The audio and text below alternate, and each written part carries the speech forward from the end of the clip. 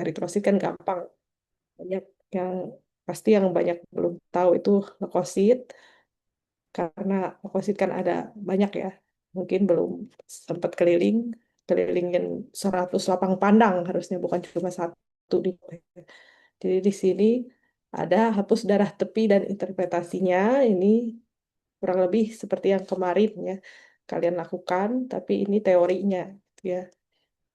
Kita mulai ya. Jadi diulang lagi, untuk apa hapus darah tepi itu?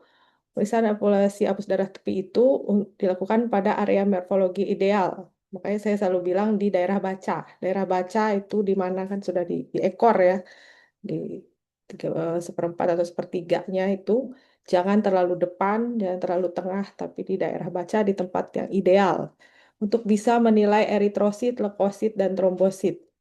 Untuk apa? Untuk menunjang diagnosis ya. Jadi interpretasi ini nanti akan pertimbangkan nilai rujukan sesuai usia dan kondisi klinis. Makanya kemarin kan dikasih kan hasil lab, ada nilai rujukan sebelahnya, umur berapa, diagnosisnya apa, gitu kan. Biar karena tidak bisa kita mentah-mentah lihat labnya saja. Kalau tidak tahu pasiennya seperti apa kan tidak bisa ya. Harus semuanya menjadi satu kesatuan. Nah, ini seperti ini ya. Jadi yang seperti ini sudah diberitahu di sini terlalu ujung juga sebenarnya nggak bagus. Yang paling bagus di daerah sini, tapi di sini biasanya masih kelihatan asal nggak terlalu di, kita sebutnya kadang pantai atau ekor ya, karena seperti pesisir pantai kalau kalian lihat yang paling ujung ini. Terus di sini kurang lebih yang cocok. Lebih depan yang kelihatan tebel ini nggak cocok untuk dibaca karena nanti padat-padat ya. Numpuk-numpuk eritrositnya, bingung apa yang dilihat ya.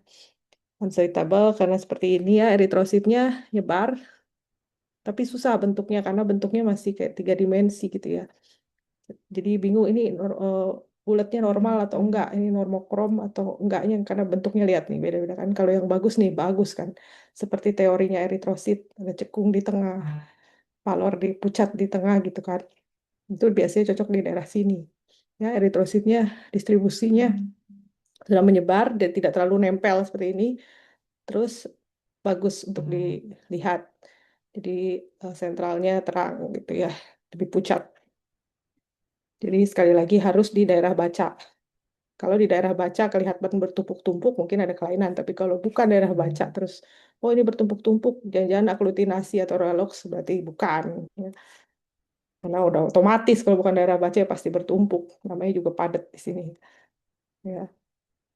Terus jadi eritrosit ya, minimal 1.000 eritrosit untuk menilai itu.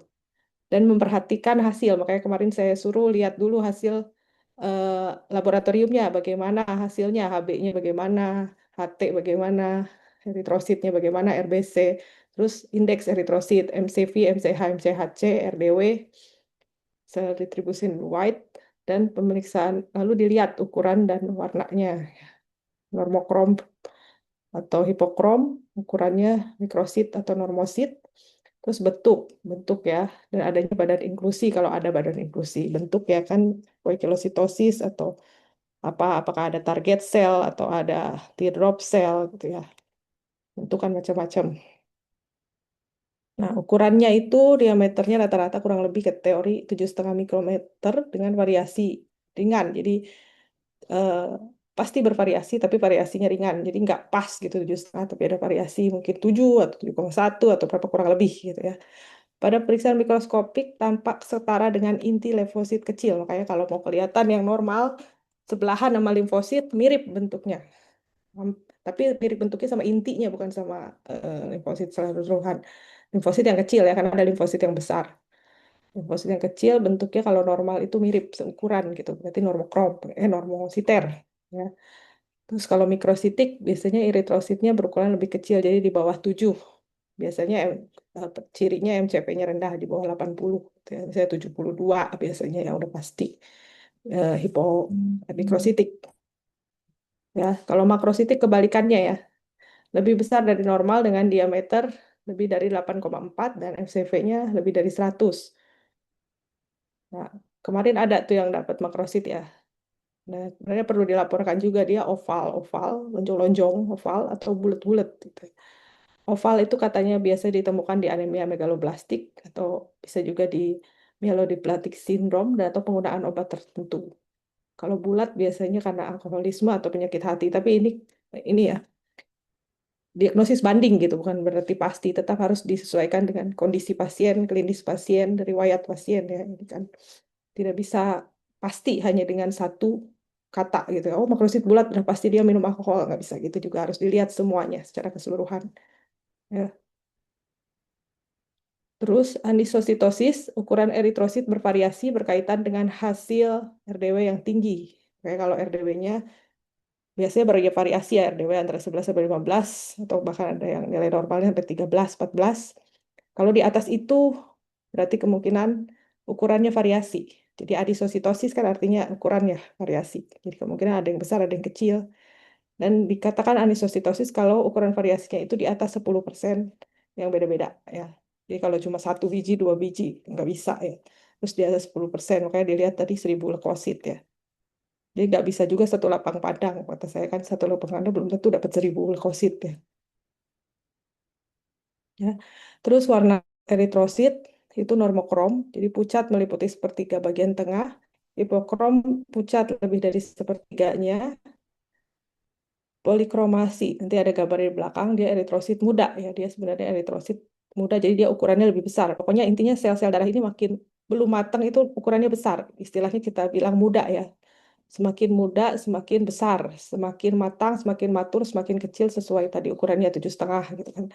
Kalau dia gede, terus ada bintik-bintik berwarna pinkish, blue gray katanya kebiruan, dibandingkan eritrosit matang itu polikromasi namanya. Ya, jadi yang normal seperti ini nih. Di daerah baca ya, ingat harus di daerah baca karena kalau bukan di daerah baca juga nggak bisa bentuknya seperti ini. Ini daerah pucat di tengah ya normal.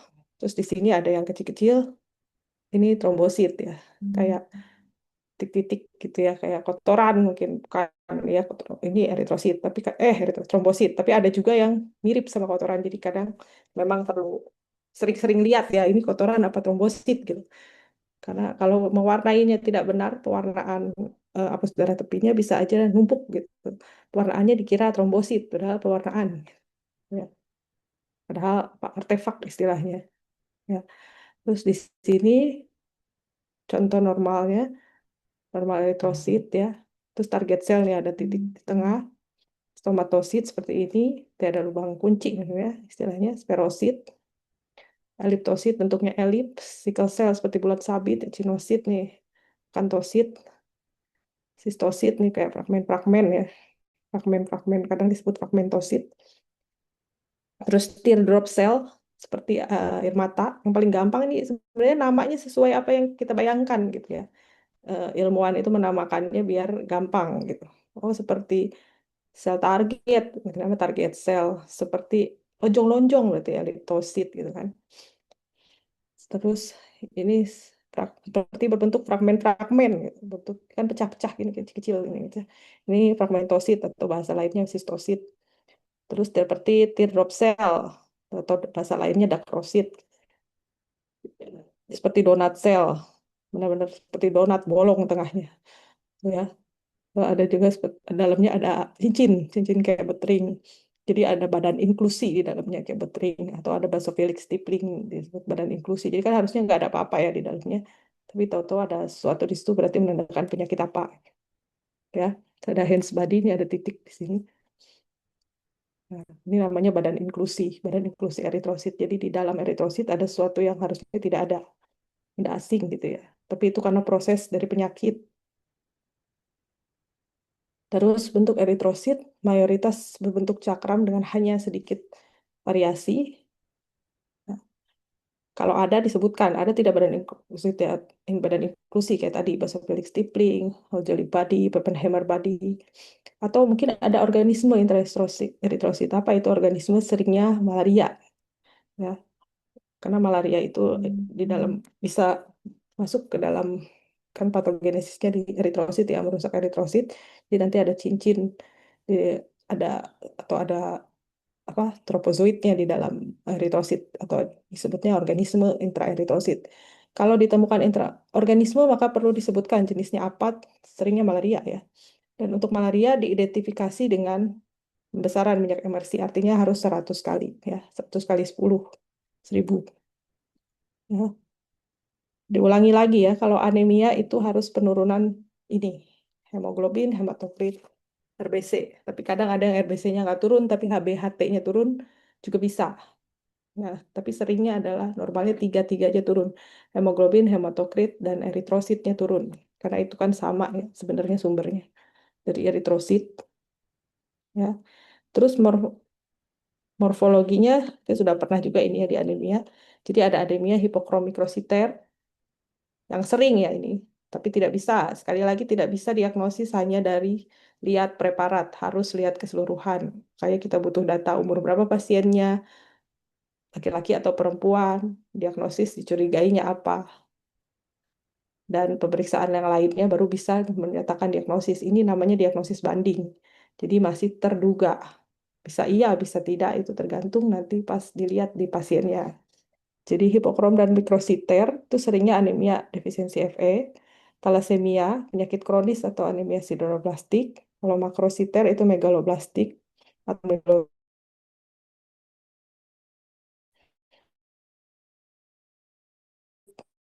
biasanya anemia karena akut, anemia hemolitik atau anemia aplastik. Ya, jadi dia masih normokrom normositer tapi HbHT RBC-nya turun. Ya, seperti ini ya.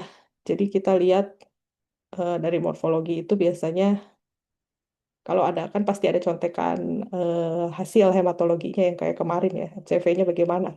Kalau yang CV-nya di bawah 80, kemungkinan nanti di preparatnya kita akan lihat kecil-kecil seperti ini. Ini kalau dibandingkan dengan inti limfosit, jauh kan kecilnya. Ini inti itu yang ungu, lebih ungu. Yang pinggir-pinggir ini sitoplasma.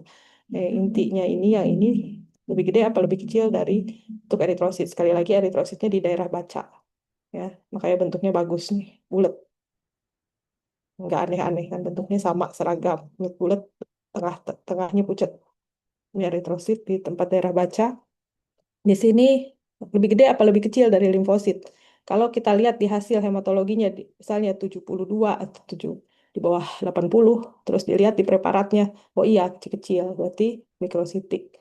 Di anemia apa tidak? Anemia berarti anemia mikrositik.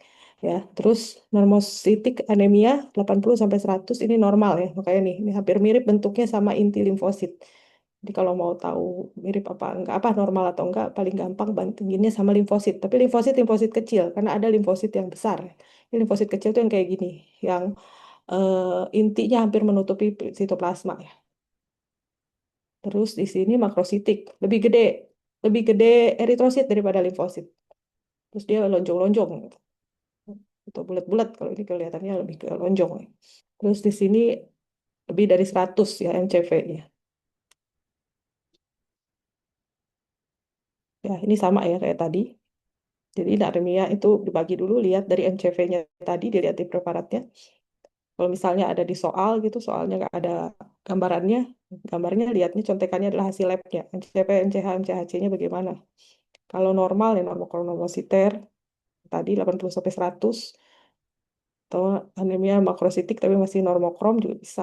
Makrositik kan, makrositik ukurannya gede tapi nggak pucat gitu, normokrom berarti. Makanya sering disebut makrositik aja. Kalau lengkapnya makrositik normokrom.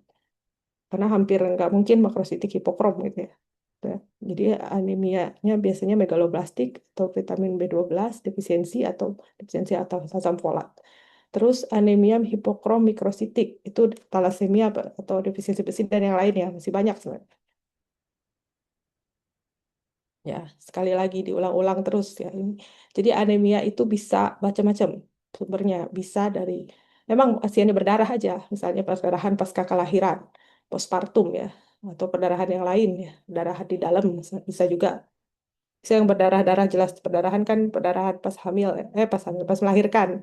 Jadi setelah melahirkan eh, perdarahan tidak berhenti, perdarahan postpartum itu biasanya akut. Jadi HB-nya turun drastis. Misalnya dari 9 atau dari 10 langsung bisa jadi 6, misalnya dari 5 gitu. Kalau kronis itu pendarahannya udah lama, pelan-pelan, dikit-dikit. Biasanya Jadi ada perdarahan tapi di dalam organ belum tentu kita sadar kita perdarahan gitu ya. Tapi lama-lama HB-nya turun juga. Biasanya disebut perdarahan kronis. Nah, jadi kalau akut tuh hampir pasti kayak darahnya kemana-mana gitu ya. Kelihatan dengan mata. Kalau kronis bisa kelihatan bisa enggak. Kadang bisa kalau ulkus apa perdarahan lambung ya. Sering-sering itu misalnya kita dikatakan lambungnya berdarah gitu ya. Ulkus peptikum itu termasuk kronis ya karena pasti nggak mungkin langsung berdarah gitu. Pasti pelan-pelan dia luka dulu lambungnya lama-lama dia keluar darah ke nanti keluar darah ke feses jadi fesesnya warna hitam itu saya sering pas dicek HB-nya 6 gitu nggak kerasa kan siapa karena orang nggak semua memperhatikan fesesnya berubah warna itu ya tapi sebenarnya ada perdarahan di situ sering dimasuk perdarahan kronis jadi sering kalau kronis atau bisa juga yang paling sering itu soalnya akut itu perdarahan yang jelas-jelas ya berdarah kalau kalian lihat yang heboh tuh pasti pasca melahirkan postpartum kelihatan udah darah plasentanya atau apanya belum lepas di berdarah atau ada ruptur arteri berdarah ruptur uteri maksudnya terus anemia itu bisa juga karena defek di eritropoiesisnya dari di atasnya sumbernya di sumber pembentukan eritrositnya kenapa bisa defek itu bisa defisiensi nutrisi nutrisinya bisa zat besi asam folat vitamin B12 ini kan semua yang membentuk eritrosit ya kalau ada yang satu yang kurang nanti pembentukan eritrositnya kurang, HB-nya turun, eritrositnya turun, HT-nya turun, turun semua. Ya, sebab lain bisa juga perdesakan sumsum tulang. Perdesakan sumsum tulang ini biasanya karena kanker. Jadi normalnya itu seimbang ya. Normalnya seimbang, eritrosit, leukosit, trombosit sesuai jumlah normalnya dia seimbang. Tapi kalau ada satu yang kebanyakan berlebih, seperti leukositnya kebanyakan, leukemia, dia akan mendesak. Sedangkan ukuran sumsum tulang segitu-segitu aja, tapi yang dihasilkan berlebihan. Jadi dia mendesak yang lain. Jadi dia akan mendesak eritrosit, mendesak trombosit, nanti eritrositnya jadi kurang, jadi anemia, mendesakan sumsum tulang. Terus obat-obatan, zat kimia, atau penyakit lain, atau bisa juga anemia sideroblastik, anemia aplastik. Anemia aplastik karena apa? Tidak tahu, sebutnya anemia aplastik idiopatik. Penyebabnya tidak diketahui. Terus hemolitik, hemolitik ini bisa intrinsik, bisa ekstrinsik. Intrinsik dari dalam eritrositnya, ekstrinsik dari luar. Ya, intrinsik jadi membran eritrositnya memang ada kelainan herediter, spherositosis herediter, ada kelainan enzim gisis PD, terus hemoglobinopati. Hemoglobinopati ini banyak ya. Bisa sickle cell, bisa HBE, bisa jadi kelainan di hemoglobinnya. Pati itu kelainan yang tidak diketahui ya, hemoglobinopati. Terus talasemia, ya mungkin udah sering dengar talasemia itu kan kelainannya di eritrositnya ya, jadi bukan dari luar, jadi dari dalam. Makanya disebut hemolitik, termasuk juga anemia hemolitik.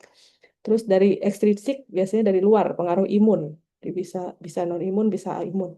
Seringnya kalau imun itu kalau antibodi, jadi antibodinya menyerang diri sendiri atau ada autoantibody. Ya,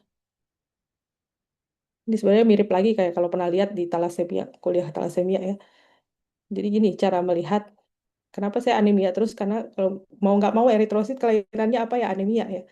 Anemia ada cara anemia adalah lihat HB-HT normal atau rendah. Kalau rendah lihat eritrosit index MCV, MCH, MCHC. Nih sudah dikasih tahu kan berapa-berapanya. Ini diagnosis banding ya. Diagnosis banding itu bukan diagnosis pasti. Jadi tetap harus melihat klinis pasien, umur, dan selanjutnya diagnosis curiganya apa. Apakah sesuai? Karena ini namanya pemeriksaan penunjang. Jadi dia menunjang. Tidak boleh dia berdiri sendiri.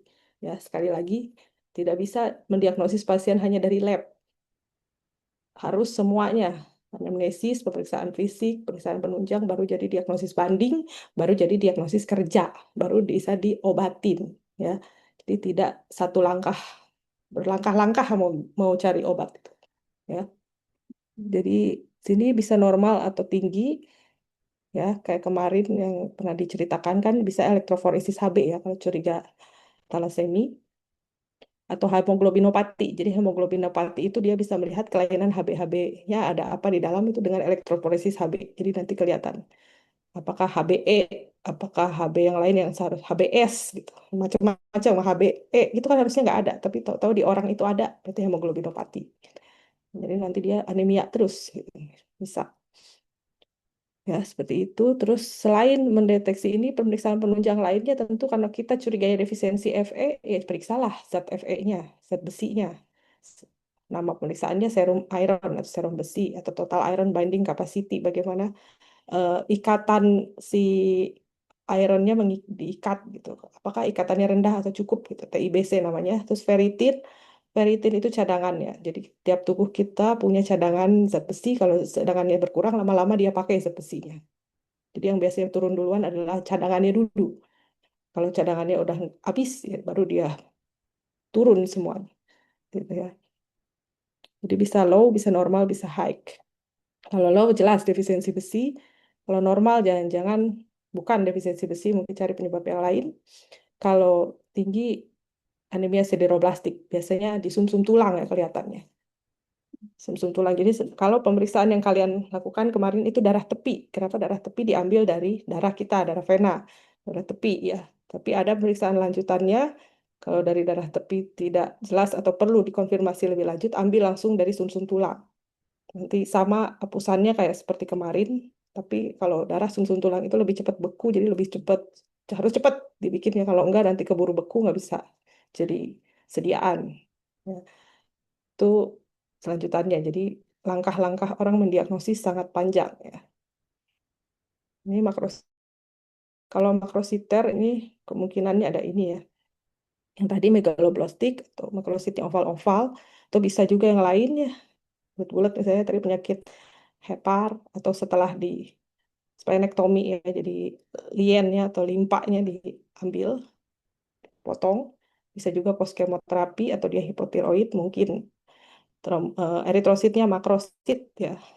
Atau bisa juga retikulosit, ini beda lagi ya, retikulosit sel mudanya eritrositnya itu tinggi. Mungkin ada perdarahan akut atau hemolitik anemianya. Jadi karena dia perdarahan, jadi tubuh merespon dengan membentuk eritrosit lebih banyak, jadi sel-sel mudanya lebih banyak daripada sel-sel matang, jadi tinggi retikulositnya. Ya. Terus ini mikrosit bersama ya. Udah. Ya, pokoknya intinya gitu ya. Kalau udah tahu hipokrom mikrosetir, kalau ingat kemarin kan ada kesan gitu ya. Kesan, saran gitu ya. Kalau kalian curiga hipokrom mikrositer, tiba-tiba tersangka defisiensi besi, sudah benar sih. Kesannya gitu ya. Sarannya apa? Periksa zat besi. Zat besi apa? Cadangan besinya dulu. Cadangan besi itu ferritin. Ada nggak cadangan besinya? Tuh ya. Terus dilihat cadangan besinya nggak ada. Misalnya, oh jangan. Terus lihat yang lain, ferritinnya bagaimana. Gitu kan. Fe atau TIBC-nya bagaimana. Terus misalnya mau diperiksa elektroforesis hemoglobinnya normal. Berarti kemungkinan defisiensi besi. Kalau misalnya cadangan besinya normal, malah banyak nih, kebanyakan meningkat. Jangan-jangan sideroblastik, malah kebanyakan ya. Sideroblastik terus Hb elektroforesisnya normal gitu. Kalau sideroblastiknya negatif, jangan-jangan penyakit kronis. Mungkin dia sakit ginjal, penyakit kronis yang paling sering bikin. Ini biasanya penyakit ginjal ya, ginjal akut, ginjal kronis, CKD. Penyakit ginjal kronis, jadi kan dia rusak eritropoietinnya di ginjal ya, bagaimana dia bisa membentuk eritrosit yang bagus ya. Terus abnormal lagi bisa karena talasemia atau hemoglobinopati. Itu kalau mikrositer, hipokrom. Kalau normositer, kita curiganya beda lagi. Kalau normositer, di sini kita nggak punya ya, nggak punya hasilnya juga di apa kemarin nggak ada karena pemeriksaan retikulosit beda lagi. Alatnya harus modenya beda lagi atau alat nggak semua alat bisa periksa retikulosit. Ya, jadi dilihat dari misalnya normal normal tapi retikulositnya meningkat. Ada perdarahan nggak? Oh iya ada perdarahan. Berarti mungkin retikulositnya meningkat karena perdarahan. Kalau normositer meningkat, perdarahan nggak ada. Kita curiga autoimun apa enggak. Bisa dicek uji komtes namanya. Ini masih panjang sih, belum tahu kayaknya. Uji komtes, terus kalau masih bingung juga, ambilnya bukan darah tepi lagi, ambil sumsum tulang. Ambil sumsum tulang, di sumsum tulang kelihatan dia normal atau berlebih atau berkurang selularitasnya. Ya, ini kalau makrositer sama ya kayak tadi ya. Kayak intinya bisa megaloblastik, bisa tidak megaloblastik. Ini kalau punya retikulosit, kalau tidak punya ya, ya lewat retikulositnya. Jadi kemungkinan kalau tidak megaloblastik autoimun. Kalau megaloblastik ya kurang B12 atau kurang asam folat, bisa dicek di labnya atau dikasih dulu obatnya. Kalau misalnya susah gitu, tidak semua lab bisa memeriksa, tidak punya labnya pemeriksaan vitamin B12, ini dikasih terapi dulu. Oh, saya curiganya kurang B12, dikasih B12, ternyata membaik. Oh, mungkin dia defisiensi B12. Kan cara-cara biar kita bisa tetap mengobati walaupun penunjangnya kurang gitu ya.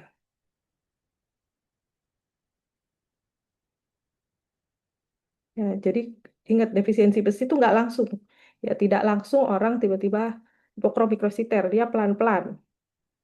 Jadi pertama depresi dulu, terus habis itu defisiensi, eritropoietinnya baru lama-lama jadi anemia ya.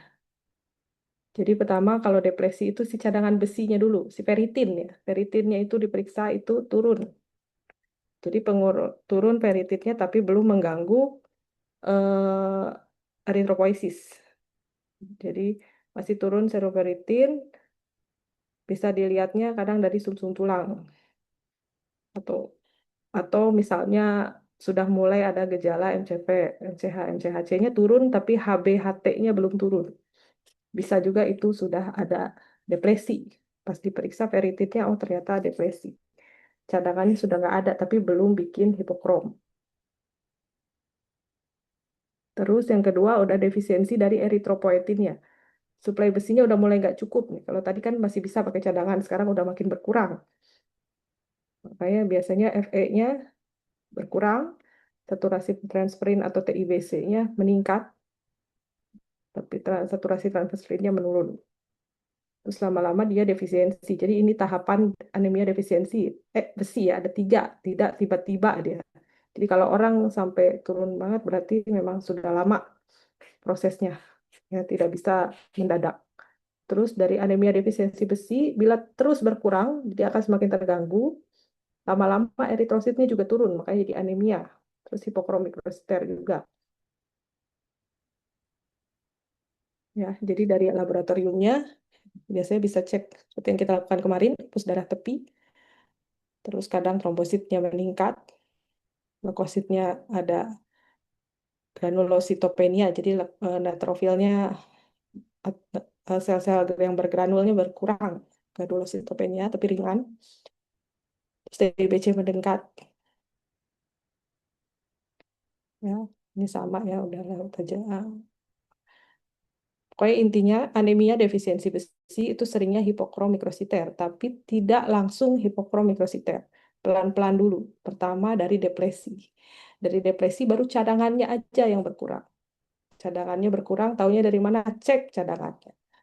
Cadangan namanya ferritin. Ya. Ferritin, terus berlanjut ke eritropoietin yang berkurang ya. Eritropoietinnya yang berkurang, suplainya udah nggak cukup nih, cadangannya udah dipakai tapi nggak dikasih-kasih juga maksud nutrisinya, jadinya akhirnya dipakai lah semua ferrin yang ada di badan gitu ya. Jadi ferrinnya turun, perlu diperiksa. Sudah mulai MCV MCH-nya mungkin sudah turun tapi belum hipokrom, sudah turun tapi belum anemia. Anemianya belum. Anemia terakhir. Anemia terakhir kalau semua sudah digunakan, tetap tidak dikasih-kasih zat besi.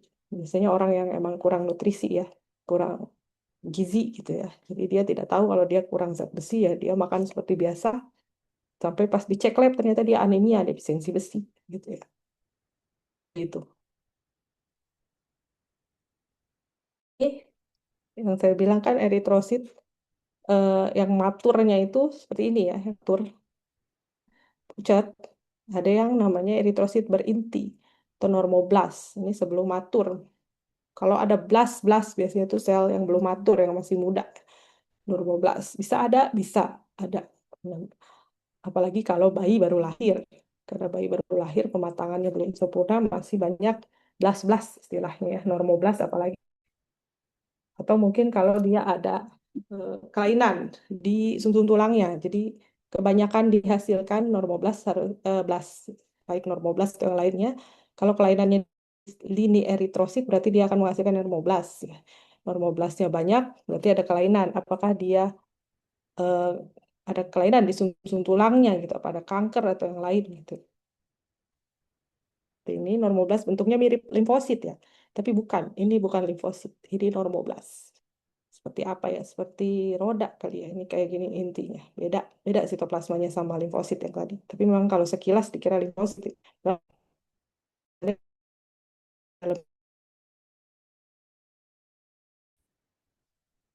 ini ya, anisopoikilositosis. Sekali lagi, anisositosis dan poikilositosis digabung. Jadi anisopoikilositosis. Anisositosis karena ukurannya gede kecil dari RDW-nya kelihatan kan. Anisositosis. Terus poikilositosis juga lihat di bentuknya beragam. Ini kan normalnya bulat-bulat, lonjong tengah ini apa? Ada seperti eliptosit kayaknya fragmen nih. Ada pecah-pecahannya eritrosit ya, fragmentosit. Terus di sini banyak banget ini ada cigar sap, ada yang seperti cigar sap kalau pernah dengar itu seperti kayak seperti tembakau ya, sebagai rokok, cigar gitu ya. Pensil sap, pensil ini banyak ini. Sini macam-macam udah jelas nih poikilositosis ya. Terus sebelah sini ada hipokrom mikrositer nih, hipokrom. Ini sebenarnya harusnya kalau enaknya di sebelahnya ada limfosit ya, tapi ini nggak ada ya. Ini memang kelihatan pucat ya, pucat-pucat dan kecil-kecil. Mau tahu kecil gedenya paling gampang sebelahan sama limfosit kayak tadi. Ini retikulosit. Jadi retikulosit bisa kelihatan, tapi nggak semua pewarnaan dilihat.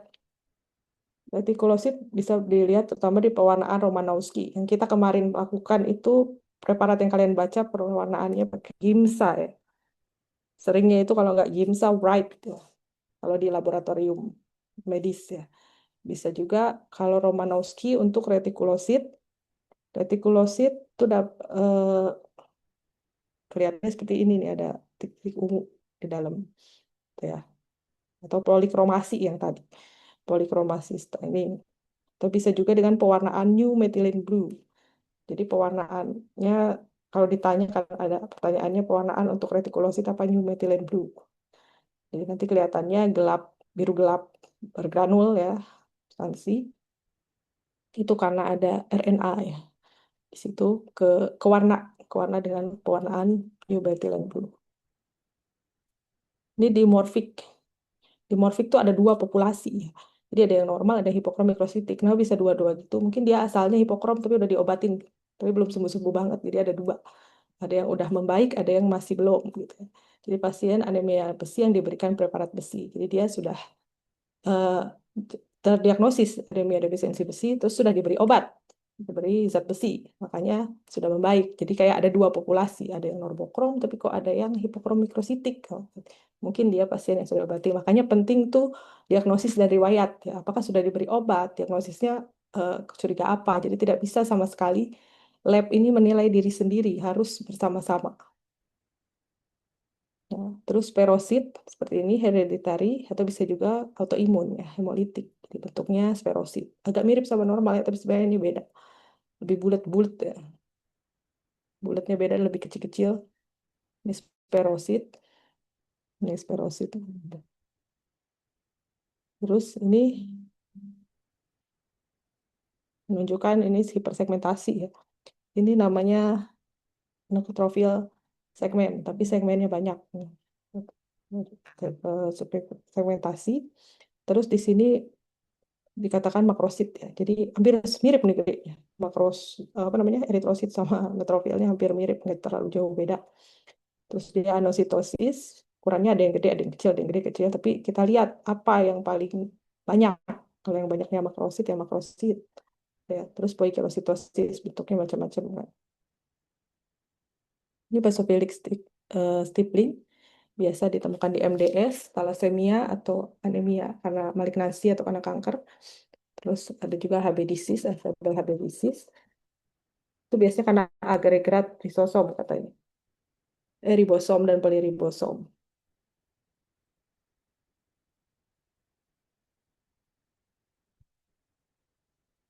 Ya, ini badan inklusi ya. Ini Howell Jolly Body. Howell Jelly Body yang panah tebal, dan ini Pappenheimer Body.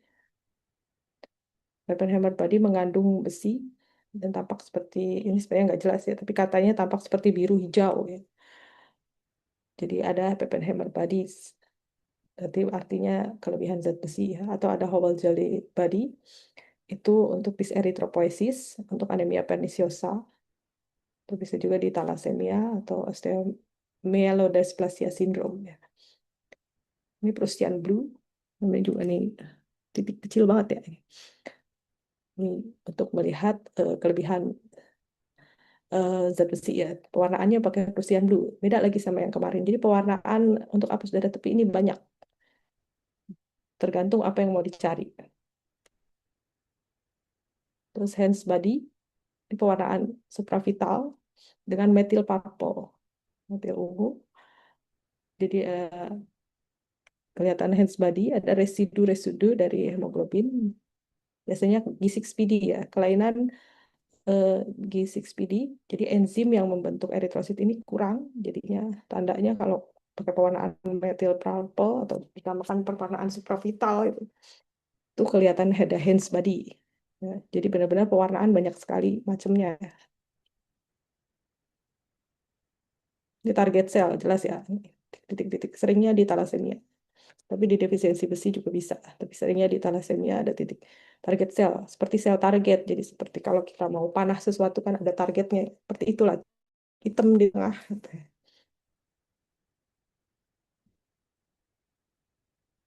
Ini anemia chronic disorder. Dia penyakit kronik ya. Seringnya penyakit kronik itu masih bisa normokrom normositer. Tapi lama-lama kalau udah lama bisa jadi hipokrom karena kurang zat besi. Terus normokrom normositer dapat menjadi hipokrom. Kalau penyakit kronis kira-kira berkembang jadi hipokromnya 23-50%. Infeksi yang kronis atau rheumatoid arthritis 60-100%, dan CA ya, karsinoma apapun.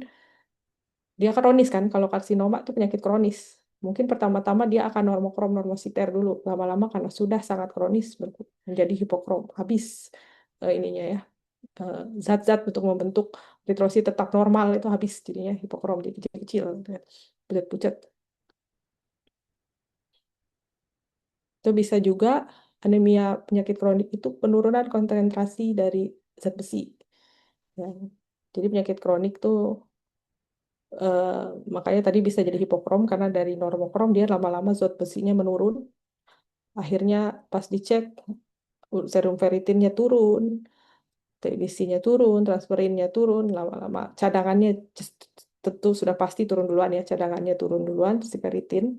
Jadi lama-lama hipokrom. Itu juga bisa masih penyakit kronis ya. Jadi makanya sangat sulit mendiagnosis hanya dari satu titik ya, hanya dari satu preparat gitu. Oh berarti penyakit ini nggak bisa ya. Banyak sekali diagnosis bandingnya. Nah, jadi kalau eritrosit tentu anemia ya. Semuanya anemia, mau anemianya hiporomikrositer, nomokronositer, atau makrosit, itu caranya. Jadi kalau kemarin kalian sudah lihat kan, makanya saya dari awal bilang bisa interpretasi lab dulu. Kalian pastikan pasien yang kalian lihat ini anemia atau tidak, itu saja dulu. Karena nanti untuk mengarah selanjutnya, kalau tidak anemia, apakah ada yang lain? Apakah leukositnya bagaimana? Apa trombositnya bagaimana? Gitu. Kalau normal ya aman gitu ya. Kalau leukositnya tinggi, terus anemia, terus trombositnya bagaimana? Gitu. Harus semua keseluruhan, tidak bisa satu-satu. Makanya harus belajar lihat secara keseluruhan. Dan itu baru lab aja, belum dari anamnesis, belum dari pemeriksaan fisiknya. Apakah nanti heparnya, splennya membesar? Anamnesisnya bagaimana? Apakah curiga kemana dari anamnesisnya? Oh, ternyata dia dari dulu punya penyakit kronis. Oh, ternyata keluarganya punya talasemia. Gitu-gitu kan. Itu dari anamnesis kadang. Terus baru pemeriksaan fisik, baru pemeriksaan penunjang, ini namanya juga penunjang. Dia hanya menunjang, ya, menunjang untuk membantu kita mendapatkan diagnosis banding. Banding dulu, nggak bisa langsung kerja. Diagnosis banding yang paling mendekati kita jadikan diagnosis kerja, baru nanti dikasih obat. Terapinya apa? Apakah terapinya bisa diberi obat atau terapinya misalnya kemoterapi atau terapinya yang lain, itu kan dari semua ya, dari asesmen ya.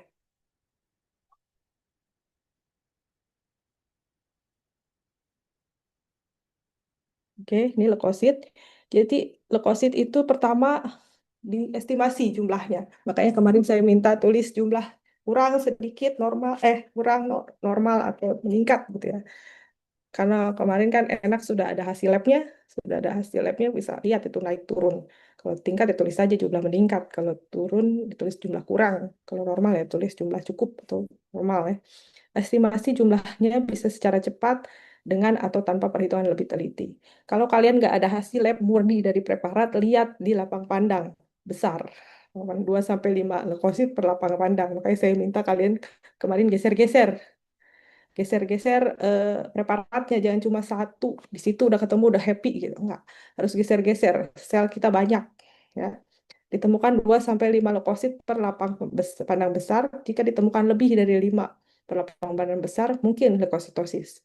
Kalau kurang dari 2 menandakan mungkin leukopenia. Tuh ya. Tapi kemarin sudah ada contekannya dari hasil lab, jadi kelihatan langsung dari situ. Kan nilai normalnya berapa, naik apa turun. Tuh ya. Ini kalau nggak ada hasil lab, gini, lihat di lapang pandang besar.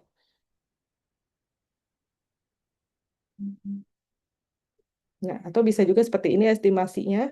Hitung jumlah leukosit pada 10 lapang pandang dengan lensa objektif 40 kali ya, 40 kali. Terus hitung rata-ratanya. Terus kalikan dengan 2000. Jadi bagusnya 40 kali. Kalau 40 kali lensanya rusak agak susah. Ya, jadi paling kira-kira gitu ya. Kalikan rata-ratanya, jadi dihitung di lensa 40 kali dengan 10 lapang pandang. Satu lapang pandang itu satu kalian dapat itu satu. Jadi kalian geser 10 lapang pandang yang berbeda, itu hasilnya misalnya berapa dikali 2000 untuk mendapatkan jumlah leukosit dalam mikroliter ya. Terus bandingkan dengan hasil hematologi kalau ada hasil hematologinya. Misalnya kalian kira-kira setelah lihat lapang pandang, oh kayaknya 10.000 nih, lihat di hasil hematologinya. Oh 11.000 ya kurang lebih benar lah itu kan caranya. Berarti benar. Perbedaan yang jauh takutnya sampelnya ketukar. Ya, jangan-jangan yang dibikin preparat sama hasil hematologinya punya siapa beda orang. Ya, jadi misalnya kalian lihat di sini 10.000 hasilnya kok 30.000, nggak mungkin. Ya. Jangan-jangan ini pasien yang lain, antara hasil labnya yang ketukar atau preparatnya yang ketukar. Tidak mungkin. Ya. Terus dilihat morfologinya, normal atau enggak. Kan tadi udah jumlah ya. Habis itu morfologi, sebut kelainan yang bukan. Ya. Makanya saya minta lagi kemarin kan geser-geser ketemu sel leukosit sebanyak mungkin. Ya, di sini kemarin ini normal-normal, nggak ada yang aneh-aneh gini. Ini kalau ada nih myeloblast, ini sel blast dari seri granulosit ya, seri granulosit ingat yang bergranul. Terus ada promyelosit, gede banget nih promyelosit. Jadi myeloblast ini normalnya ada di sumsum tulang ya, nggak nyampe ke darah tepi. Jadi kalau ada ini takutnya ada kanker darah. Terus ada promyelosit, promyelosit juga normalnya nggak banyak di darah tepi, bahkan nggak ada myelosit, metamyelosit nih. Jadi makin matang tuh dia makin berlekuk istilahnya ya. Kalau sel granulosit kan tadi matangnya itu ini ya, batang segmen gitu, segmen. Makin berlekuk, makin matang. Jadi ini urutannya kurang lebih seperti ini. Seri granulosit itu artinya yang bergranul ya. Makanya di sini gambarnya neutrofil, batang, neutrofil segmen, eosinofil, basofil. Ini satu seri granulosit. Ya, sini. Ini eosinofilnya kurang jelas, tapi sebenarnya kalau eosinofil yang jelas kayak kacamata gitu ya. Pink dia, ininya pink, titik-titik ungu di sini di sitoplasmanya, tapi intinya lebih ke esinofilik pink ya. Yang lain kan ungu-ungu gitu ya. Ini polimorfonuklear itu bahasa lainnya, karena polimorfo ya dia intinya tuh bentuknya polimorfo. Jadi disebut PMN. Ya. Ini band cell. Ini hipersegmentasi. Jadi misalnya kelihatan nggak kemarin jumlahnya gimana? Jumlahnya meningkat. Terus bentuknya normal atau tidak? Lihat dari sini. Bentuknya apakah ada blast atau meloblast? Apakah ada promyelosit? Apakah ada metamyelosit? Itu ditulis. Terus apakah ada morfo apa normal? Kalau misalnya segmennya normal atau enggak, atau hypersegmentasi, kayak gini nih, banyak banget kan segmennya. Normal segini aja nih, tiga berlekuk-lekuk. Kalau udah banyak gini, berarti hypersegmentasi. Persegmentasi neutrofil bisa karena infeksi atau kurang nutrisi. Ya, di sini hypersegmentasi. Ini granula toksik, katanya jadi titik-titik ini menandakan infeksi atau inflamasi juga. Jadi granulnya sangat banyak nutupin ya, granulotosik kita sebutnya. Jadi kadang kelainan morfologi di neutrofil paling gampang itu hipersegmentasi sama granulatoksik itu neutrofil ya. Atau malah kebalikannya hiposegmentasi atau disebut Pelgerhead anomali. Ini sebenarnya neutrofil segmen tapi dia anomali gitu. Hiposegmentasinya itu bentuknya aneh kan. Kan normalnya yang normal yang ini kayak gini. Kan aneh. Berarti ada kelainan Pelgerhead anomali. Ini agranular. Malah kalau tadi hiper granulatoksik ini malah agranular. Nggak ada. Dia neutrofil tapi granulnya hampir nggak ada. Granular ya. Terus trombosit ya. Trombosit itu jumlahnya, makanya kemarin udah ada hasilnya juga kan, jumlahnya normal, turun atau rendah. Tapi kalau mau dilihat di preparat, lihat per 100 eritrosit dalam tiap lapang pandang besar. Ukurannya normalnya 1,5 sampai 3 mikro. Kalau yang gede itu 3 sampai 7 mikro, atau yang giant bisa segede atau lebih gede dari eritrosit. Jadi pembandingnya eritrosit. Trombosit besar ini bisa ditemukan hingga dari kurang dari 5% pada kondisi normal. Jadi bisa aja orangnya normal-normal aja tapi ketemu trombosit besar atau giant trombosit bisa-bisa aja. Tapi kurang dari 5%. Terus granularitasnya seperti apa? Apakah normal, hipogranul, atau granular? Kayak gini ya, trombosit normal. Hmm. Normal kan nggak giant ini kan, karena nggak lebih gede dari eritrosit. Normal segini ukurannya. Kayak agak-agak kayak kotoran tapi bukan. Ini trombosit gitu ya. Trombositosis sebanyak nih. Dari satu lapang pandang kayak gini tuh namanya satu lapang pandang ya. Dari satu lapang pandang aja kelihatan rame gitu trombositnya. Ini kemungkinan trombositosis. Istilahnya rame kan banyak ya. Kalau dibandingin sama gambar ini kan ini lebih banyak ya trombositosis ya. Ini giant, giant lihat nih. Eritrositnya segini, trombositnya gede banget nih. Giant atau large tepatnya. Ya, ini satelit trombosit. Ini trombositnya dikelilingin satelit kayak satelit. Di sini trombosit agranular, jadi trombosit tapi kan normalnya kayak gini tadi nih, titik-titiknya granulnya. Ini kok kosong, kayak bukan trombosit ya, trombosit agranular. Jadi kan tadi dilihat granulnya bagaimana, apa normal atau berlebih atau malah berkurang agranular. Ya itu dari trombosit itu aja. Kalau trombosit nggak terlalu susah, seringnya lihat jumlahnya bagaimana. Biasanya dari sekilas aja kelihatan karena kalau rame kan kayak gini rame. Kalau normal ya setiap lapang pandang adalah. Kalau sepi kemana-mana dilihat misalnya trombositopeni ya. Pasien DHF kemarin mungkin ada yang dapat itu trombositnya trombositopeni pasti dilihatnya nggak setiap lapang pandang ketemu titik-titik ini. Ya, itu. Oke, terus kita bergerak lagi ke penyakit ya. Karena nyambung lagi sering-sering itu kalau nggak anemia, leukemia bisa dilihat di apus darah tepi. Kalau trombosit agak susah ya, bisa tapi nanti dilanjut biasanya ke sumsum tulang. Ini juga sebenarnya dilanjut ke sumsum tulang sih, leukemia dan ini karena normalnya itu sel kita itu normal kan, normal tidak ada sel blast. Tapi kalau dia ada leukemia atau ada pendesakan di sumsum tulang, jadi dia mendesak saking banyaknya kedesak-kedesak eritrositnya jadi dikit, trombositnya jadi dikit, leukositnya kebanyakan, mendesak keluarlah dia ke darah tepi. Bisa kita lihat di apus darah tepi. Apakah bisa belum keluar tapi dia sudah leukemia? Bisa. Misalnya dia leukemia masih di sumsum tulang, belum mendesak sampai ke darah tepi, bisa. Jadi di darah tepinya masih normal, tapi pas kita ambil sumsum tulangnya oh, ternyata leukemia. Itu bisa. Jadi leukemia itu apa? Itu kanker ya. Kanker di darah atau sumsum tulang karena kebanyakan sel darah putih. Sel darah putih ini bukannya bagus ya kebanyakan. Memang sel darah putih itu tentara, tapi kalau kebanyakan tentu tidak bagus. Jadi tidak membiarkan tubuh melawan penyakit, malah si eritrosit dan trombosit yang harusnya bareng-bareng ada di situ dia dia dorong gitu ya, terdesak istilahnya. Terdesak sumsum tulangnya, jadi malah menyusahkan. Jadi ada 4 tipe leukemia itu. Ada akut, ada kronis. Gampangnya dua dulu, akut kronis. Dan ingat kita punya lini mielogen dan lini limfoblastik. Masing-masing itu bisa jadi kanker. Ya, jadi bisa akut limfoblastik leukemia atau ALL, bisa akut mielogenik leukemia atau AML, bisa kronik limfoblastik leukemia atau CLL dan kronik myelogenesis leukemia atau CML.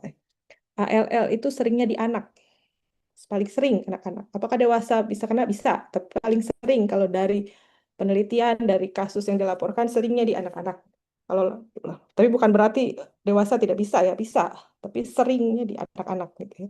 Ditemukan di sel limfoid anak, katanya dulu ya ini, sekarang saya kurang tahu ini 6.000 kasus per tahun.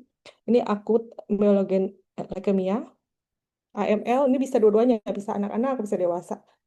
Banyak, lebih banyak lagi dari ALL katanya. Paling sering, 18.000 kasusnya. Terus CLL, itu seringnya bahkan di orang tua ya, 55 tahun ke atas.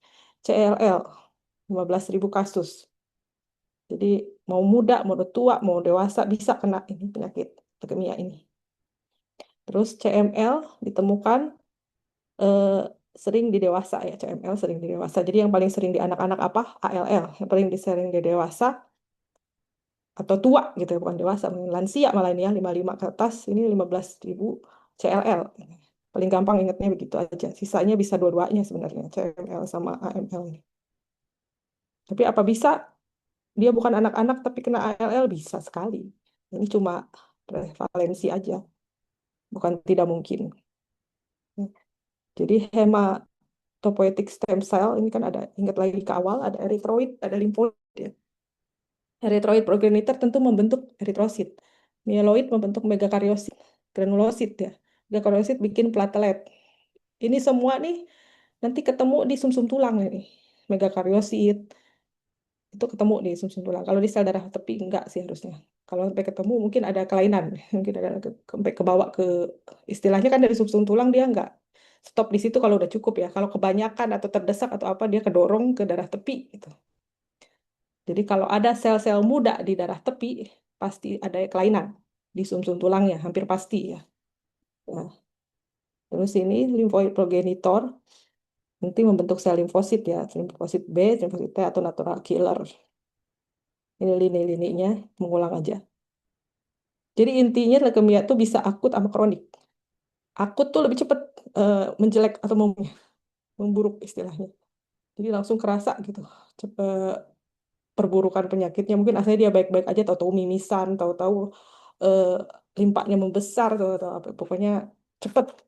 Paling sering perdarahan ya. Bisa gusi berdarah atau yang lain-lain. Ternyata pas dicek trombositnya rendah, anemia, leukosit tinggi. Paling gampang itu anemia hampir pasti ya. Karena seperti yang tadi diceritakan, leukositnya kebanyakan. Dia mendesak di sumsum tulang tuh, dia desak-desak si sel lain. Jadinya eritropoid ini juga susah berkembang, berkurang eritropoiesisnya. Jadinya anemia, sel eritrositnya sedikit, leukositnya terus trombositnya juga didesak. Jadi trombositnya rendah, jadi gampang berdarah ya. Udah gampang berdarah, anemia lagi. Jadi makin turun lagi anemia, bisa sangat rendah HB. Akut leukemia itu berat ya, langsung sakit, you can feel sick right away. Terus kronik itu pelan-pelan, mungkin bahkan nggak bergejala, jadi ya baik-baik aja. Kayak tadi CLL itu kan adanya di dewasa ya, tua malah bukan dewasa lagi, udah 55 tahun ke atas. Karena itu pelan-pelan CLL. Jadi ada kelainan di limfositnya, tapi memang kronik, jalannya pelan-pelan, nggak ada gejala, baru mungkin kerasa aneh atau pas cek lab baru kelihatan, ternyata CLL, kronik leukemia. Terus bisa limfotik dan mielogen ya. Jadi penyebarannya lewat limfotik karena limfotik kan tadi limfosit ya. Mielogen yang sisanya yang tadi seperti digambar di depan ya, limfotik di sini limfoid dan mieloid ya. Ada limfotik dan mielogen. Leukemia juga dibagi jadi tipe sumsum tulang yang memproduksinya ya. Bisa mielogen leukemia, makanya ada AML, ada CML. Jadi dari mielogen dan limfogen penyebarannya. Ya, pokoknya intinya ini ada 4. Pertamanya ada 2 dulu akut kronik, terus ada 2 limfotik dan mielogen. Nah, akut satuin terus akut limfotik leukemia, kronik limfotik leukemia, atau akut mielogen leukemia, kronik mielogen leukemia. Jadi ada 4 utamanya. Ya,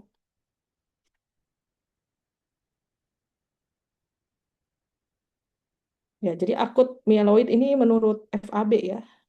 Sebenarnya banyak menurut FAB dan menurut WHO ya.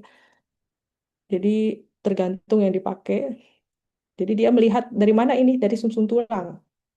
Dari sumsum tulang, bukan dari darah tepi. Nggak bisa dari sel darah tepi. Jadi dari sumsum tulang, dia membagi-bagi akut mieloid ini atau AML, ada M0, M1, M2, M3, M4, M5, sampai M7. Terus bahkan ada yang rare type. Jadi nggak masuk kemana-mana. Tapi termasuk AML. Terus ada yang ALL. Ini dari mana minimally differentiate? Dia lihat dari sumsum tulang. Makanya perlu tahu yang awal, yang pembentukan darah dari eritropoiesis, dari mielogen itu kan, dari mieloblast, dari promielosit, dari mielosit, metamielosit, disitulah melihat maturasi dan maturasi. Semakin banyak sel muda, mungkin without maturasi, jadi dia nggak matang-matang, jadi sel muda semua isinya. Nggak, kalau kalau sudah makin matang nih ada masih banyak, biasanya masih banyak sel matangnya itu mungkin. Wah, ini agak berat ya, sebenarnya maksudnya lebih advance ya.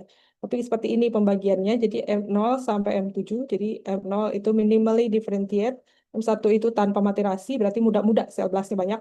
M2 ada maturasi, tapi tidak, tapi tetap lebih banyak yang immatur gitu.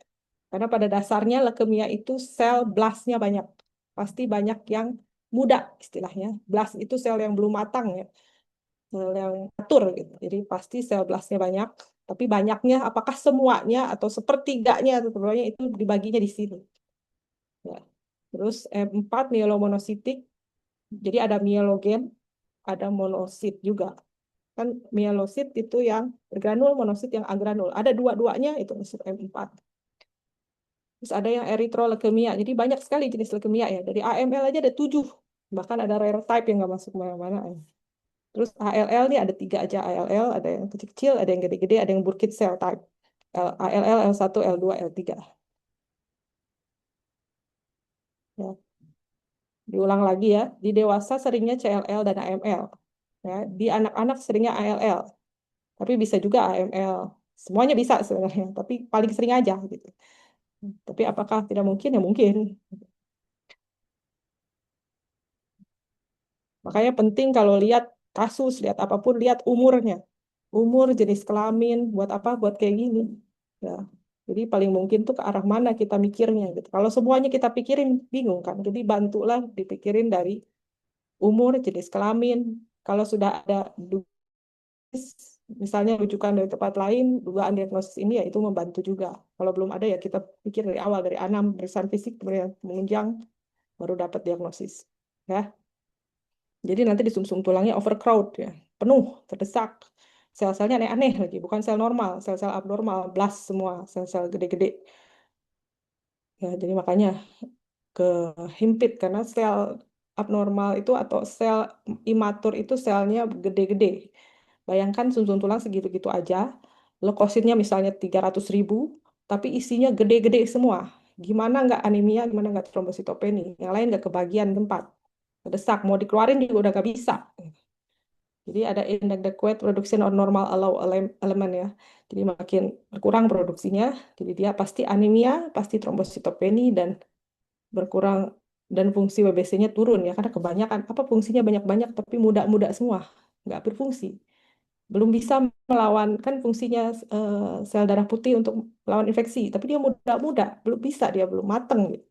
Jadi dia cuma menu-menuhin aja di situ itu istilahnya. Itu namanya leukemia ya. Ini ALL bentuknya seperti ini limfogen. Kalau kalian ingat limfosit tadi yang normalnya bentuk apa? Yang tadi kan, ini limfoblast. Gede kan? Udah jauh nih, ini eritrositnya segini, ini limfoblast segini. Berapa kali lipat. Jauh banget, gede-gede. Terus intinya juga gede banget, sitoplasmanya gede. Akut limfositik leukemia. Ini kalau akut myelogen leukemia. Ya, jadi ini sel blast dari lini mieloid. Ya. Mirip ya sama limfoid ya, sama limfosit. Makanya emang perlu ahli kalau ini. Perlu keahlian, bahkan perlu apa tidak bisa langsung mendiagnosis. Ini aurot, ini ada garis merah di sini. Ini menandakan myeloid, myeloblast ya atau AML M2 ya. Seringnya AML M2 ditemukan aurot. Tapi sebenarnya kalau ada aurot, sering nih sebenarnya soal ya. Kalau kalian ketemu soal di mana gitu ditemukan aurot gitu. Atau ini apa yang ditunjuk? Aurat gitu. Biasanya kalau soal tuh seperti itu. Pasti ini khas soalnya. Kalau kalian lihat aurat sebenarnya ada garis titik di sini di sitoplasmanya pink. Sebenarnya kadang pink, kadang ungu ya. Ini tergantung pewarnaannya. Kalau pakai white dia lebih pink, kalau pakai gimsa dia lebih ungu gitu. Ini sering ini ada di soal nih. Aurat ada di AML yang berapa? 2. Itu ya, akut myelogenik leukemia. Di ini ya. Ini FAB ya, yang tadi under differentiated akut myeloblastik 5%. Jadi tidak bisa didiferensiasi. Ya, ini apa gitu ya, selnya aneh-aneh semua. Terus greater number of myeloblast. Jadi myeloblast yang tadi ini kayak gini nih, banyak, kurang dari 10%. Terus M2 myeloblast dengan granulocytic diferensiasi lebih dari 10%. Jadi diferensiasi ini maksudnya sel yang matang dan apa, sel yang imatur dan maturnya perbandingannya ya. Nah, ini teorinya aja dulu ini. Nggak akan disuruh ngitung. Ini spesialistik, tapi kalian harus tahu kalau FAB seperti ini pembagiannya. Jadi dari M0 sampai M7, ada M1, ada M2, ada M3, M4. Nah, M4 sama M5 ini ada 2 populasi ya, ada monositik, ada melositik. Ada mieloblas, ada monoblas. M4, M5, M6 itu lebih ke eritroblas. Jadi eritroblas, jadi banyak sebenarnya yang kena lini eritrosit ya, tapi tetap dia masuk ke AML karena ada mieloblasnya juga. Jadi campur-campur, makanya agak susah ya bedakannya. Terus ada akut megakarioblastik leukemia nih. Megakarioblas buat apa? Buat trombosit. Tapi masuk M7 karena ada mieloblastnya juga. Di akut megakarioblastik jadi nanti dia akan ada blast sisi mieloblast tapi ada juga megakariosit atau megakarioblast. Ini macam-macam. Ini CLL ya. CLL ingat ada di orang tua. Nih, limfosit normalnya. Mirip kan? Mirip sama limfosit normal. Mirip sangat. Kadang hasil labnya pun normal-normal aja kadang. Tapi pas dilihat, loh, kok begini bentuk selnya? Aneh. Ini ada smart cell. Ini smart cell tuh kayak apa ya? Kayak bekas saking banyaknya blast gitu atau sel muda. Jadi pas kita bikin apusan dia ke kayak ada apa ya kotorannya istilahnya smudge gitu ya. Smart cell. Tapi nggak semua yang kalian lihat gini dibilang smart cell, tergantung juga. Kadang memang salah aja bikin preparatnya. Tapi kalau misalnya ada CLL ketemu smart cell, ya berarti memang mendukung diagnosis CLL. Ya, agak ada nih apa namanya mirip ya, mirip sekali sama limfosit normal, cuma dia agak hiperkondens katanya. Dia ada titik-titik bulat, titik-titik bulat-bulat rongga-rongga gitu ya. Mirip sebenarnya, sangat mirip. Jadi emang susah ini, perlu jam terbang untuk mendeteksi ini. Kalau enggak nanti dikira normal-normal aja, ya kan? Sangat mirip soalnya. Cuma dia banyak nih limfositnya. Limfositnya normalnya misalnya 40 sampai 70, mungkin dia bisa 90. Tapi kan apakah limfosit 90 udah pasti CLL? Enggak juga. Hmm, Bisa aja dia lagi ada infeksi atau inflamasi yang lain. Nah, sangat susah. Makanya mendeteksi penyakit tidak bisa satu satu aja gitu. Nggak bisa, oh periksa ini udah selesai. Nggak bisa. Banyak, panjang ceritanya. Hmm. CML. CML tuh kadang disebut pasar malam. Kronik myelogen leukemia. Seringnya kalau zaman dulu di soal-soal yang seperti pasar malam. Kenapa pasar malam? Karena semuanya ada. Dari myeloblas, metamyelosit, promyelosit, metamyelosit, sel batang, sel segmen, sampai basofil semua ada di situ. Kayak dibilang kayak pasar, rame gitu. Kata kuncinya di situ. Kalau CML, ini rame kan. Di sini ini ada myelosit, terus di sini ada myelosit juga di sini sel segmen, ini trombosit. Trombositnya kadang trombositosis nih. Kayaknya trombositesis, soalnya banyak banget ya. Nah, CML juga fasenya nggak satu. Jadi ini patogenesis CML ya, singkatnya ya. Jadi dia ada fase kronik, fase akselerasi, fase blast. Justru dia namanya karena kronik myelogenis leukemia, jadi nggak ada fase akut ya, langsung fase kronik. Namanya juga kronik myelogen ya. Jadi fase kronik ini justru yang paling ringan. Fase kronik jadi durasi tanpa pengobatan katanya kalau nggak diobatin 5 sampai 6 tahun. Nah ini BCR-ABL itu apa? BCR-ABL itu pemeriksaan untuk mendeteksi PCR ya dia. Mendeteksi dia CML. Jadi kalau BCR ABL-nya positif, Tapi sebenarnya ada juga yang negatif sih ya. Tapi kalau BCR ABL-nya positif, hampir mungkin CML. Ini masih panjang sih. Tapi kalau ditanya pemeriksaan penunjang CML, BCR ABL. Mencari ini, mencari BCR ABL-nya positif atau tidak. Jadi blastnya, jadi blast itu ada persentasenya. Sesuai persentasenya itu menunjukkan keparahan atau fase penyakitnya gitu ya. Jadi kalau fase kronik blastnya masih sedikit, bisa 10 sampai 15 atau mungkin kurang dari 10 juga saya pernah nemu, kurang dari 10 tapi dia CML. Apa ada gejalanya? Tidak ada, asimptomatik ya.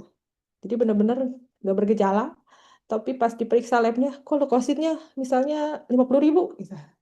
Tapi ada keluhan nggak ada, ya, bisa. Mungkin bisa disarankan periksa apus darah tepi atau nanti dilanjutkan sum tulang, bahkan BCR ABL, ya, periksa PCR. Ya.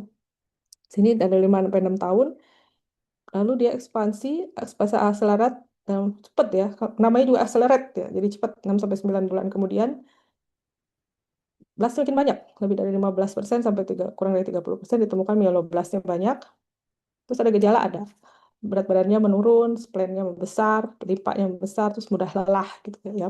Mudah lelah ya. Selnya kebanyakan ya. Terus krisis blast. Krisis blast itu krisis banyak banget. Lebih dari 30% blastnya. Mieloblast ya, yang tadi yang ada aurot itu ya. Itu yang paling gampang menandakan mana ada blast atau enggak ya aurot itu ya. Ada bintik, ada garis merah. Terus di sini 3 sampai 6 bulan increase meningkatkan genomnya makin tinggi ya, jadi makin mutasinya makin besar ya, kelainan sitogenetiknya. Gejalanya ada sel blast di sel darah tepi bahkan, jadi kan normalnya nggak ada ya sel darah tepi itu blast itu nggak ada blast apapun, normalnya nggak ada. Kalau ada mungkin ada yang di sumsum tulang ini kedesak, didorong dorong dorong sampai ke darah tepi gitu istilahnya. Kalau baca buku tuh suka terdesak terdesak, apa sih terdesak ya itu. Dia mendesak yang normal-normal didesak ke bawah, keluarlah di darah tepi, kan dia mengalir ya. Dari sumsum tulang kan sumbernya darah kita itu dari itu eritropoiesis yang lain-lain. Nih, pasar malam kan, rame semua ada. Nih, ada mielosit, ada metamielosit. Bahkan kadang limfositnya sedikit karena ini sisinya sisi apa lininya lini mielogen ya, bukan lini limfogen. Jadi limfositnya kadang sedikit. Jadi dia kebanyakan granulosit. Granulosit dari makanya harus hafal si granulosit itu tahapannya apa ya, dari mieloblast dan selanjutnya itu.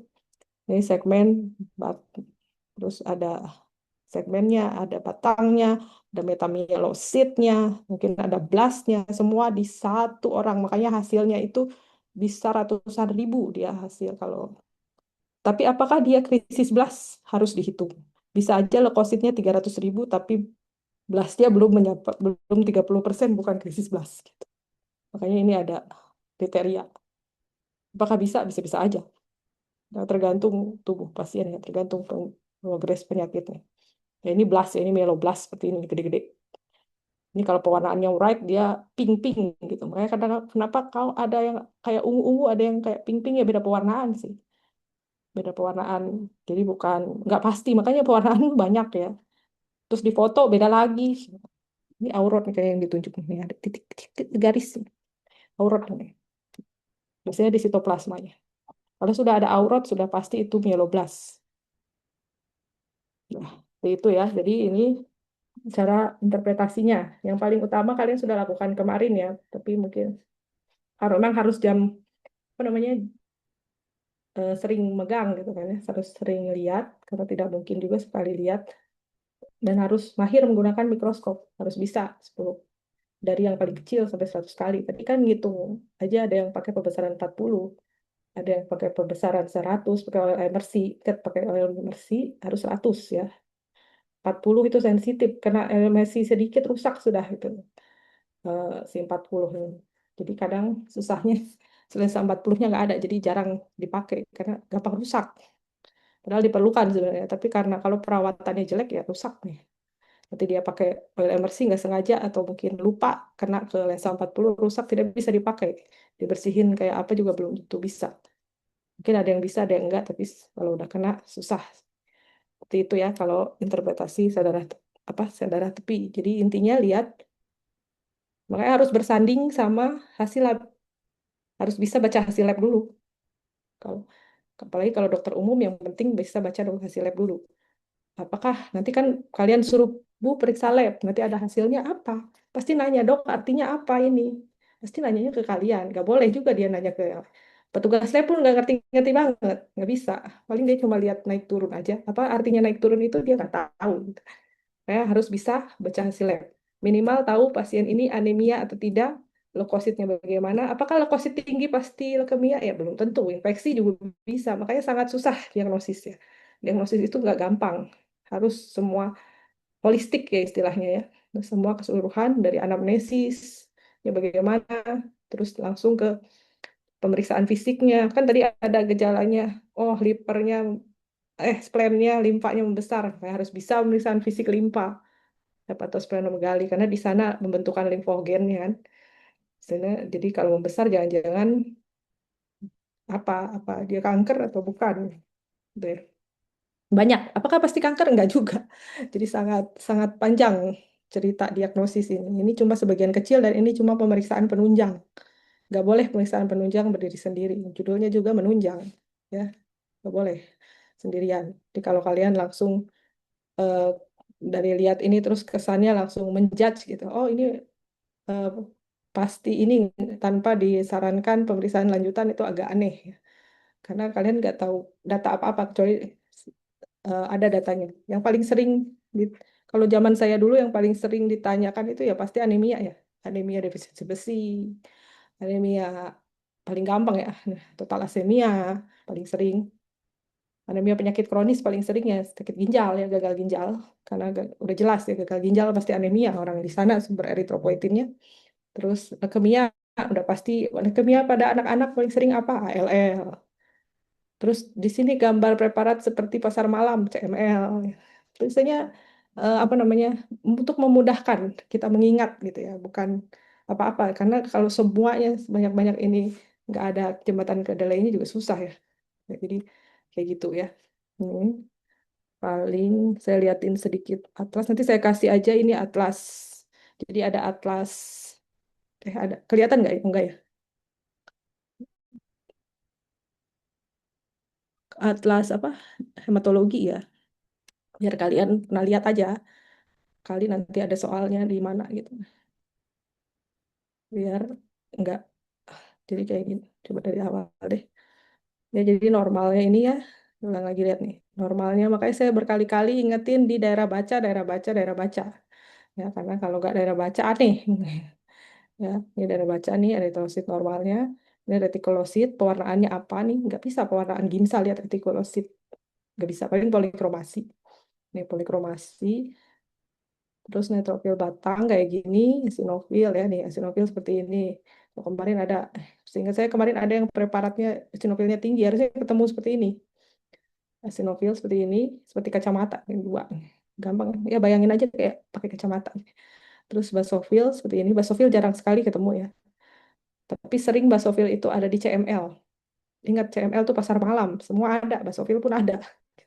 Padahal normalnya nggak ada. Padahal basofil itu normalnya nol aja masih bisa bisa bilang normal karena saking jarangnya. Kalau ada satu, kalau nggak penyakitan bisa, tapi jangan ada apa nggak ada alergi atau enggak karena seringnya nol sih. Gitu ya.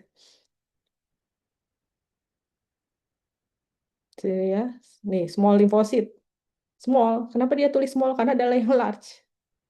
Ya. Kalau mau bandingin sama eritrosit yang small, intinya mirip kan ukurannya nggak jauh beda. Oke. Kalau jauh beda kayak tadi jajan hipokrom. Gitu ya. Ini large, ini monosit. Monosit juga kadang mirip sama sel batang. Monosit tuh mirip kalau kalian ini mirip sama neutrofil batang. Tapi dia lebih gede harusnya. Neutrofil kan nggak segede ini, lihatnya gede banget. Berapa kali lipatnya eritrosit.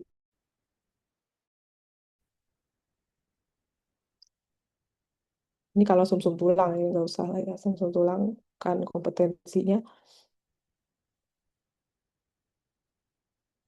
Ini megakariosit ya, kalau mau tahu megakariosit yang bikin platelet kita tuh kayak gini. Bulat aja kayak gini. Pecahan-pecahan yang titik-titik itu nanti jadi trombosit. Ini sel plasma. Ini ulangi lagi nih, sel normal eritrosit, pokrom.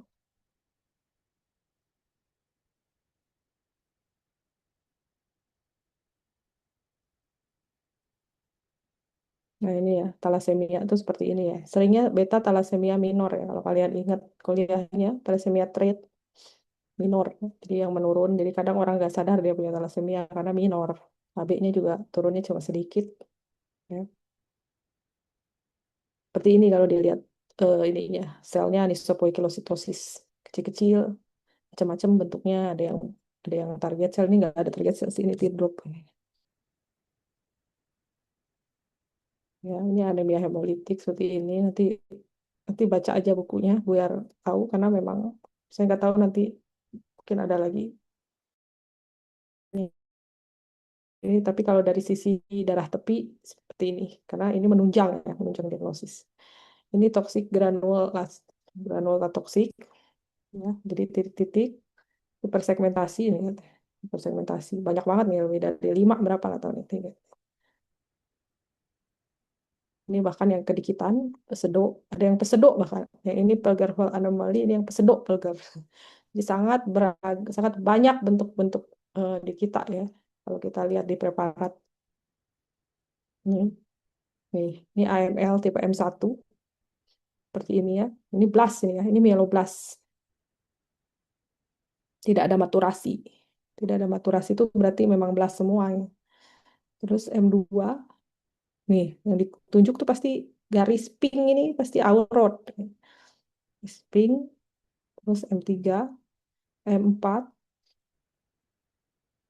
M4 nih ada mieloblast, ada monoblast.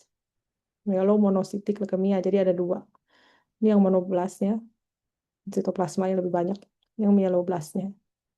Nih, ada dua-duanya. Bayangin sel segede-gede gini ada di sumsum tulang kita yang gedenya yang nggak berubah-berubah ya gimana dia nggak mendesak gitu ya. Gede banget. Terus ini yang 5B ini monositik, jadi banyaknya monositik, monoblast ya. Monositnya saja gede ya. Ini monoblast berapa kali lipatnya monosit. Ini gede banget ya. Ini eritrositnya segini ya. 10 kali, 20 kali kali dari eritrosit ini. 10 kali. Terus ini sama menositik juga, tapi lihat maturasinya jadi ada 5A, 5B. Ya ini nice to know aja, semoga nggak ada di soal. Terus ini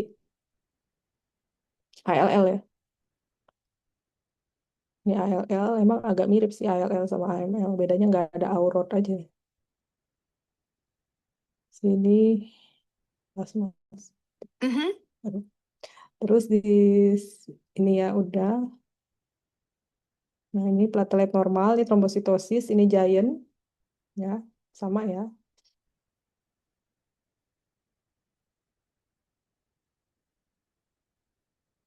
Jadi begitu. Jadi intinya hapus darah tepi itu untuk menunjang diagnosis ya. Tapi yang pertama kalian harus bisa tentu hematologi. Hematologi dulu, dasar kenapa kalian nanti. Jadi nanti kalau kalian kerja gitu ya, minta pasien eh, paling gampang aja pasien tuh keluhannya apa panas 3 hari, diapain cek darah. Dari cek darah apa? Kenapa cek darah? Takut demam berdarah sebenarnya. Kalau tipes sih nggak usah 3 hari ya. Kalau demam berdarah tuh dari 3 hari udah turun trombositnya. Nah, bisa nggak kalian baca hasil itu? Tahu-tahu atau enggak, oh normal, ternyata dia ada anemia. Bisa. Ada juga orang nggak sadar soal anemia. Apalagi anemianya cuma 9, 10 HB-nya. Nggak akan sadar. Kecuali udah 6, 5 gitu. Baru tahu, oh kayaknya saya lemes. Kalau masih 11, 10 kan nggak tahu. Nggak ada gejala simptomatik. Nanti fungsinya itu kalian harus bisa meninterpretasi hasil lab ya. Nanti dari hasil lab misalnya anemia, kalian curiga anemianya karena talasemia, mintalah hapus darah tepi periksaan lanjutannya. Selain hapus darah tepi, kalau hapus darah tepinya mengarah ke sana, oh mungkin AB elektroforesis. Gitu. Kalau mengarahnya ke defisiensi besi, berarti periksa ferritinnya. Jadi itu ya langkah-langkahnya ya. Jadi ini adalah pemeriksaan penunjang, tapi tetap harus pakai anamnesis dan lain-lain itu. Ya. Dan ini kalau misalnya dari tepi nggak kelihatan, terus curiga leukemia, biasanya sih nggak kelihatan ya, tapi masih curiga. Pastinya itu adalah kalau nggak sumsum tulang, imunohistokimia. Imunohistokimia nanti ada Kalau zaman sekarang sudah ada imunohistochemia, tapi masalahnya tidak semua rumah sakit bisa. Cuma bisa di rumah sakit rujukan ya, rumah sakit besar, pusat gitu baru punya. Kalau rumah sakit kecil ini paling sampai sebatas hapus darah tepi. Nanti sisanya dirujuk gitu ya. Ya, sekian aja dari saya. Ada yang mau ditanyakan? Saya harap sih yang paling penting kalian bisa hematologi aja baca itu, baca HBHT, leukosit, trombosit itu. Sisanya ya tahulah anemia defisiensi besi berarti periksa besi, talasemia oh, berarti periksa elektroporesis HB gitu aja. Jangan sampai salah arah aja. Kalau salah arah kasihan takutnya keterusan sampai lulus. Agak berbahaya soalnya. Nah, ini malaria nih nggak tahu ya ada yang ngajarin nih malaria. Malaria juga bisa dilihat di apus darah tepi ya. Jadi kelihatan nih plasmodiumnya nih di dalamnya badan inklusi kan. Badan inklusi yang ada di dalam eritrosit ini bentuk ring foam ya seperti cincin. Ini ada macam-macam ini. Kalau diajarin biasanya soal parasit, tahapan-tahapannya tropozoit, skizon, panjang ya, plasmodium. Itu ketemu di mana? Di preparat yang sama seperti kalian pakai kemarin, cuma cara pewarnaannya beda. Pewarnaannya lebih encer, gitu ya. Ini bisa juga lihat cacing, ini kayak pilaria nih. Tapi pewarna ininya beda. Cara bikin preparatnya beda. Cara bikin preparatnya nggak kayak kemarin, beda bentuknya. Tapi ini kelihatan nih filariasis. Filariasis periksa jam malam, jadi udah pasiennya 12 malam. Ya. Karena biasanya mereka keluar, mereka cacingnya keluar jam 12 malam. Gitu. Jadi kadang pasiennya diambil darah, dibikin apusannya malam-malam. Penyidikan, ya. Itu ya, nanti saya kasih aja bukunya ini. Nanti kalian sebarin ya ke ini, ke semua angkatan, dipakai sampai lulus. Jadi, setahu saya nggak berubah-berubah banget ya ilmunya. Tuh. Nggak ada yang mau ditanyakan? Semoga dimengerti ya, karena ini penting buat kalian seharus nanti sampai nanti biar bisa baca lab lah. Saya cuma minta bisa baca lab biar nggak malu-maluin gitu. Itu yang anemia, kalian nggak tahu dia anemia. Kesian lah.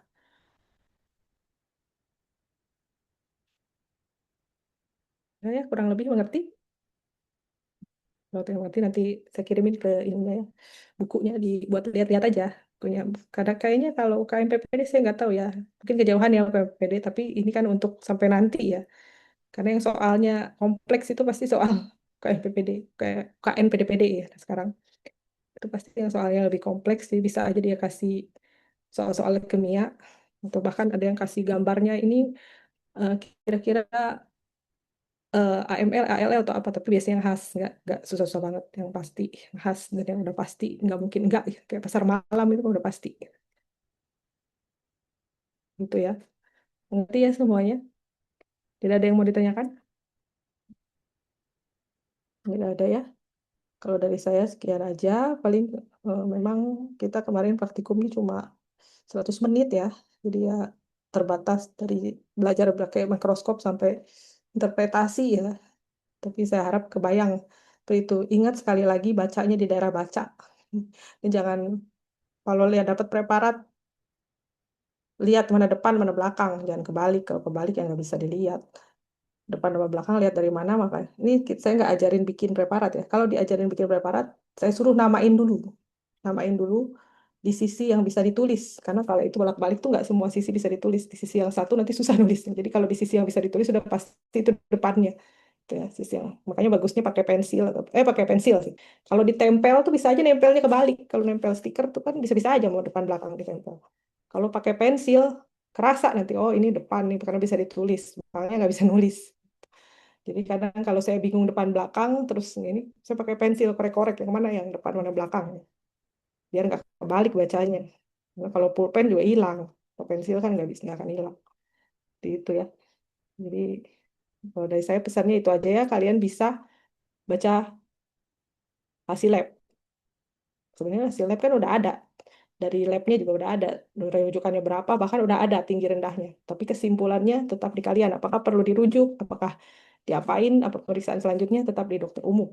Baru selanjutnya dirujuk atau bagaimana ya, sesuai penyakitnya. gitu kan. Ya.